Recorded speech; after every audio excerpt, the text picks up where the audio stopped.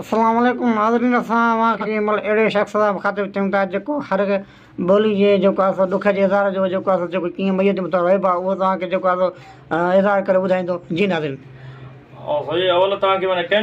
असांखे जेको पठान जेको मैयत जे मथां जीअं इज़हार कंदा आहिनि पार कंदा आहिनि उनजे बारे में ॿुधाए सघो था। ये पठान पे मुझे मैयत रोंदा जी जी बिल्कुल।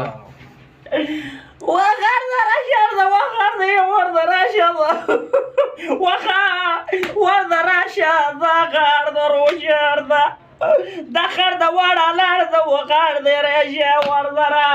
باو وقعد راشا درد خردر دبار والله ورد ريشه ورد اخر ورد ريشي असांखे बुराइनि जो जेको आहे मैयत जे मथां जी करो उहो इज़हार करे ॿुधायो।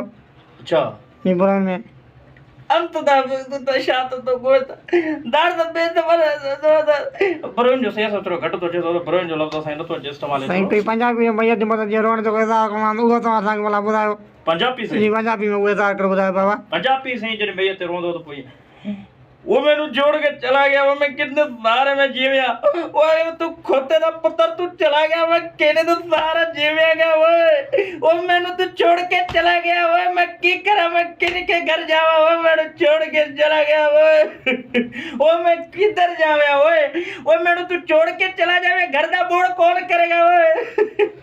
बाबा तव्हां असांखे हाणे जेको आहे बरोच जो इज़हार करे ॿुधायो जेको बरोच जेको मैयत जे मथां रोअण जो इज़हार करे ॿुधायो त उहो कीअं रहियो आहे। ये तो मैं बरोच मना तो चापिस तो जो है मैं कई सारा जियाड़े ओ गोता मतलब बुको गोलाड़े मतलब बुको गोला हमारे मना इस्तो जो गड़े मैं कई रोड़े वो मना इस्तो जो है चापिस तो जो है परचे इस्तो जो है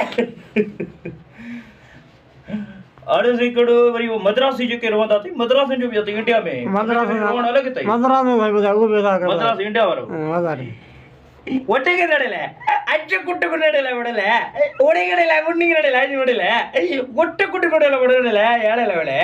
ಗುಟ್ಟು ಕುಟ್ಟು ಕೊಡಲು ಒಜ್ಜಿಗೆ ನಡಿಲೆ ಬಿಡಲೆ ಎಡಲೆ ಇದಿ ಕಡಲೆ ಗುಡಿ ನಡಿಲೆ ಗಿದೆ ಚೋಡು ನಡಿಲೆ ವರಿಸಿ ಅರ್ಬ ಅರ್ಬ ಜೋರ ಬಂದಾನೆ ಅರ್ಬ ನೀವು ತಮ್ಮ الله حبيبي كل هي لضبها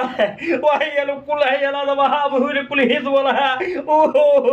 وكل هي لي وابي هاي الثقال هو اللي وهابا كده هو هلا هبا وهابا كل ابا هلا هبو انا حكي لك كلام ولا هابي قص هابا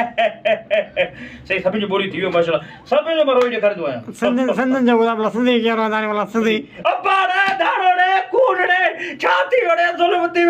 अब्बा रे या ये रोंदा है सही।